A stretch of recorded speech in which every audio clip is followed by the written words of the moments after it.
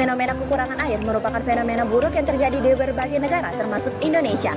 Berdasarkan laporan World Research Institute, Indonesia akan mengalami kekurangan air pada tahun 2040. Berikut ada beberapa dampak kekurangan air. Yang pertama, polusi air. Yang kedua, berlebihan populasi. Yang ketiga, berlebihan penggunaan air. Dan yang terakhir, kekurangan. Nah, maka dari itu, ada pun langkah-langkah yang dapat kita lakukan untuk mengatasi kekurangan air.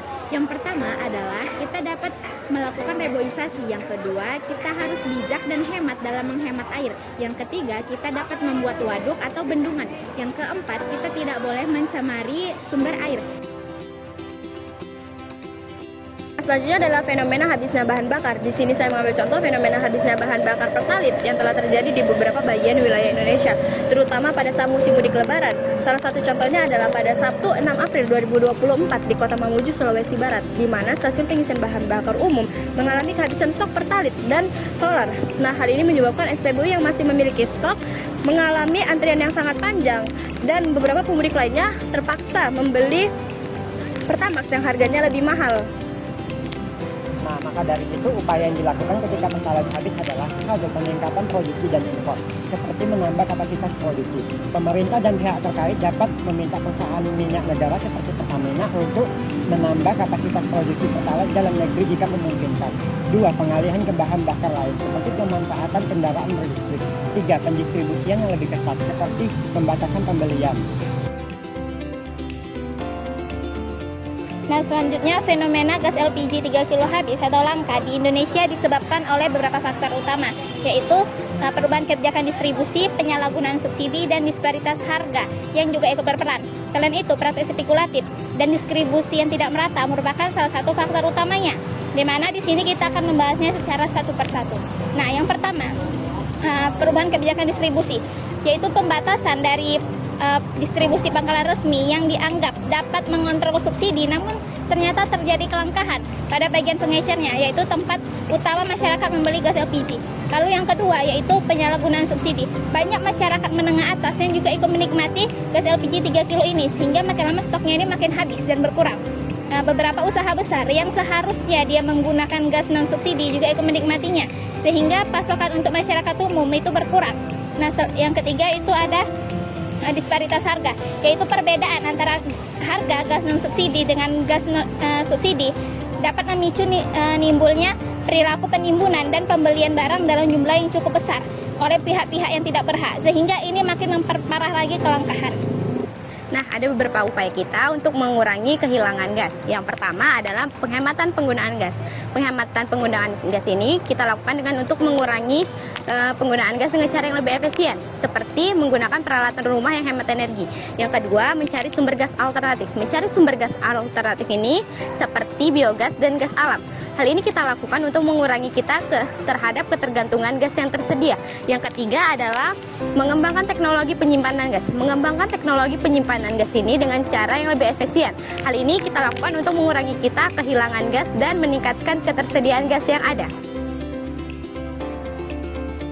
Nah, mengapa transaksi energi perlu dilakukan? Transaksi energi perlu dilakukan karena adanya penggunaan bahan bakar fosil seperti batu bara, minyak, dan gas. Hal ini yang menjadi sumber utama yang memicu pada perubahan iklim dan polusi udara. Proses transaksi energi juga sangat krusial untuk melawan dampak perubahan iklim, mengurangi kualitas udara, dan menciptakan lingkungan yang lebih sehat bagi masyarakat. Selain itu, beralihnya ke energi terbarukan juga sangat penting, seperti matahari, angin, air, dan panas bumi dapat bermanfaat untuk mengurangi emisi gas rumah kaca, meningkatkan kualitas udara, dan menciptakan masa depan yang lebih berkelanjutan. Energi terbarukan yang berkembang di Indonesia adalah yang pertama energi laut. Kenapa energi laut? Karena ketersediaan yang melimpah. Indonesia memiliki garis pantai terpanjang keempat di dunia sehingga dapat menjadi potensi besar untuk energi laut. Yang kedua, ramah lingkungan.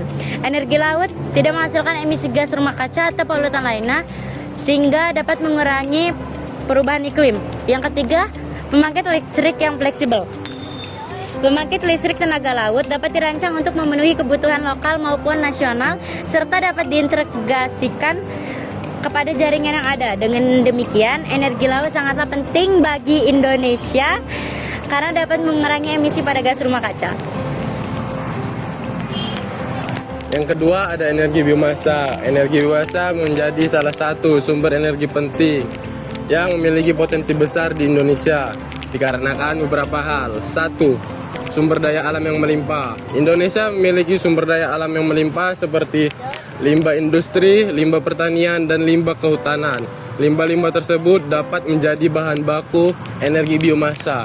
Yang kedua, Indonesia memiliki potensi besar untuk energi biomasa. Di Indonesia banyak sekali menyimpan limbah-limbah pertanian, kehutanan, dan industri. Limbah-limbah tersebut dapat diubah menjadi sumber energi terbarukan. Yang ketiga ada pemanfaatan limbah atau mengurangi limbah. Pemanfaatan energi biomasa dapat digunakan untuk mengurangi limbah-limbah yang tidak terpakai dan dapat mengurangi dampak terhadap lingkungan. Dengan demikian, energi biomasa menjadi salah satu sumber energi terbarukan yang penting di Indonesia. Dan juga energi biomasa dapat menggantikan ketergantungan kita terhadap pemakaian energi fosil. Selanjutnya adalah sumber daya energi tenaga surya.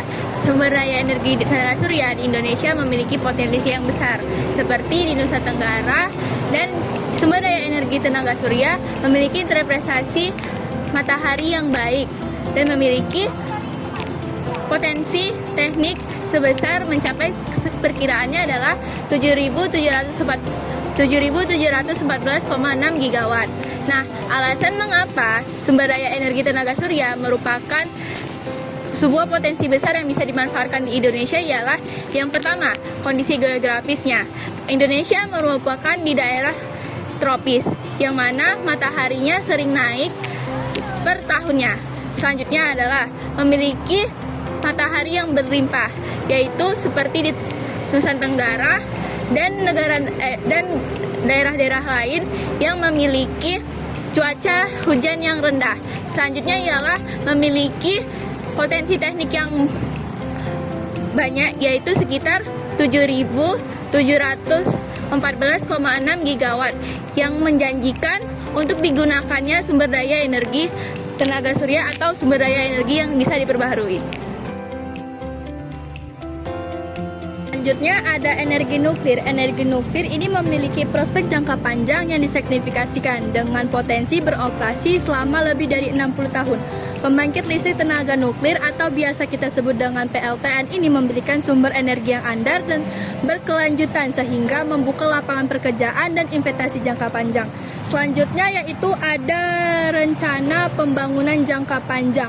Nah, pemanfaatan sumber energi nuklir ini dalam rencana pembangunan jangka panjang periode 2025 hingga periode 2045. Ini juga menunjukkan komitmen terhadap pemerintah sumber energi nuklir jangka panjang. Kelebihan dan kekurangan energi nuklir. Kelebihan pertama adalah dapat menghasilkan energi listrik yang cukup besar dengan menggunakan bahan bakar yang relatif sedikit. Yang kedua adalah dapat mengurangi emisi gas rumah kaca seperti CO2. Yang ketiga adalah dapat menemukan bahan bakar di penjuru dunia yaitu uranium. Ada 3 kekurangan energi nuklir. Yang pertama adalah dapat mengakibatkan resiko kecelakaan yang sangat tinggi yang mana dapat mengakibatkan bahaya dalam makhluk hidup dan lingkungan. Yang kedua adalah limbah dari energi listrik pembangkit listrik tenaga nuklir yang mana dapat mengakibatkan limbah untuk lingkungan dan juga makhluk hidup. Yang ketiga adalah lamanya proses pembangunan dan biaya yang mahal dalam membangun pembangkit listrik tenaga nuklir. Nah, dari fenomena tersebut, maka dapat kita simpulkan bahwa fenomena ini memiliki dampak yang signifikan dalam kehidupan sehari-hari masyarakat, terutama dalam memenuhi kebutuhan dasar sehari-hari, seperti memasak, transportasi, dan menggunakan air. Oleh karena itu, maka harus menggunakan upaya meningkatkan ketersediaan dan distribusi sumber daya, serta meningkatkan efisiensi penggunaan sumber daya. Dengan demikian, maka kami mengharapkan bahwa dampak negatif dari kekurangan sumber daya ini dapat diatasi dan dapat berkurang, serta dapat meningkatkan kualitas hidup masyarakat. Demikian video dari kami, semoga bermanfaat. Wassalamualaikum warahmatullahi wabarakatuh. Pelan dong, anjir.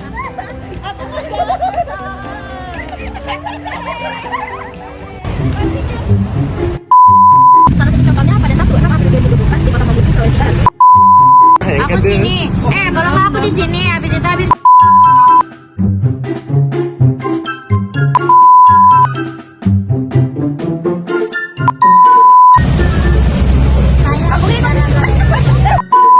Energi biomasa. Diem ngapa